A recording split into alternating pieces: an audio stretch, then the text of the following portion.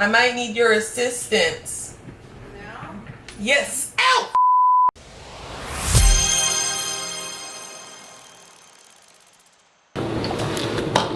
All right.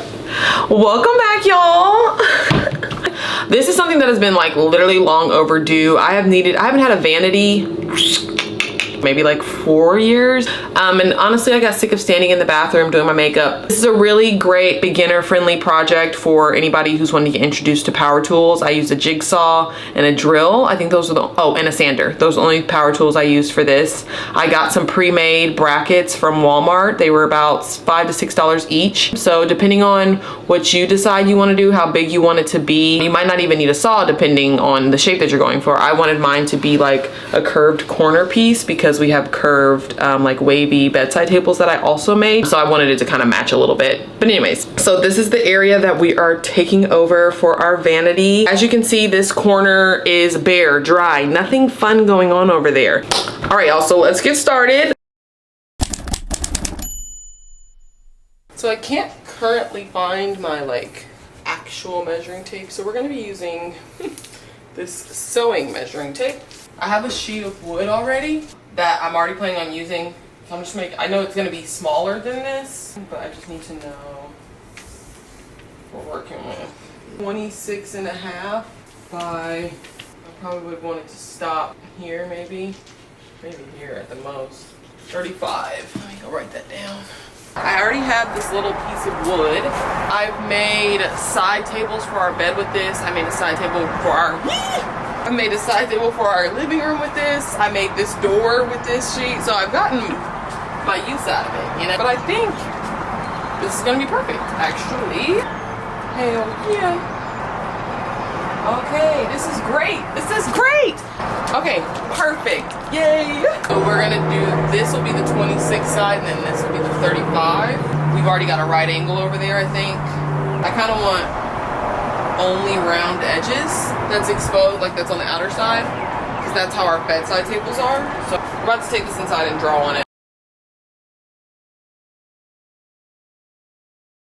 So I've got it all drawn how I want it, and now we're about to go cut.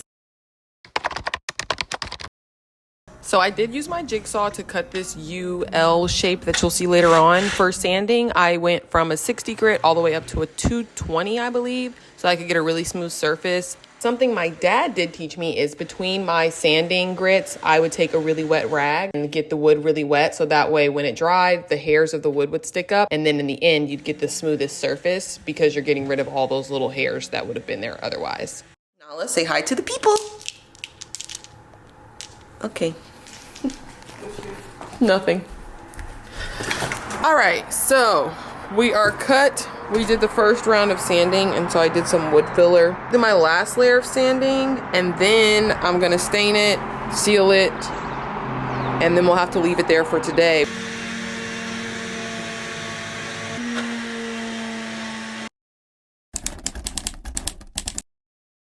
We're all laid out. I pre-stained this. I put, there we go, yeah. The wood conditioner on already.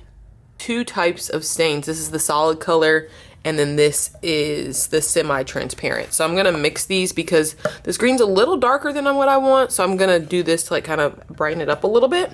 And then after that, we're gonna seal it with the polyurethane. And I also got brackets. I got 4 of these, so we'll be staining these also to match this.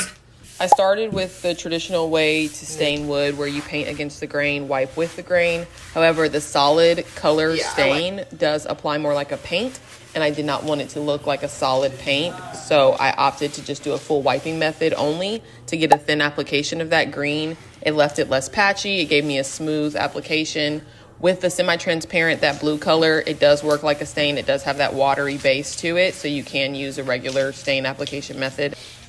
So you're not gonna see, oh, you can see the color in here. I was going for like a dark green. So that's where we are. I think I'm gonna leave it there because I don't want it to go too far blue and I don't want it to go too deep in the green. So letting this, is this dry? Oh, it's dry. So we are gonna use, this is fast drying.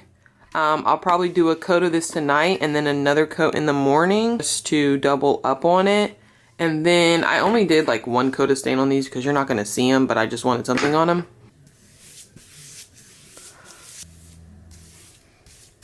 I'm actually kind of liking how there's blue and green throughout. Like you can see the different tones in the wood grain. Yeah, not mad at that. So we're here. We've got this all stained. It's gonna go up like so. I'm thinking maybe something like this height might be good. Let me go get my assistant. But basically we're gonna sit in the stool and she's gonna help me figure out my height so that I can mark. Hold this side for me. Try and hold your stand your body that way. Thanks.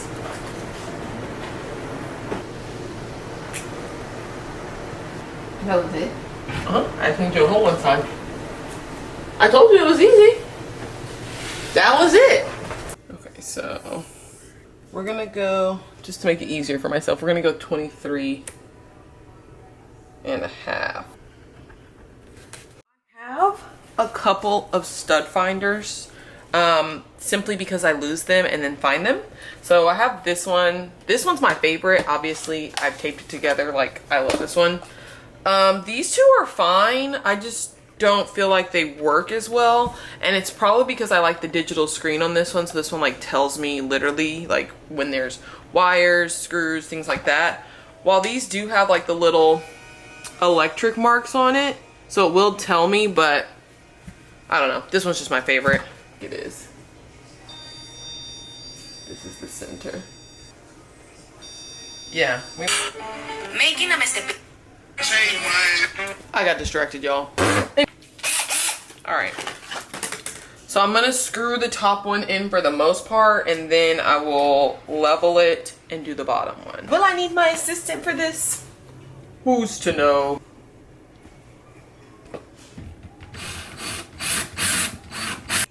Oh yeah, that's in there. Alright. Let's do the rest of them.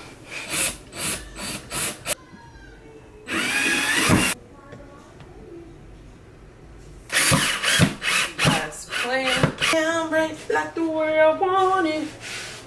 Play your concert. Maybe we can fall in love. Excellent. The seat height. Oh, yay, babe, come see. We're going underneath, guys.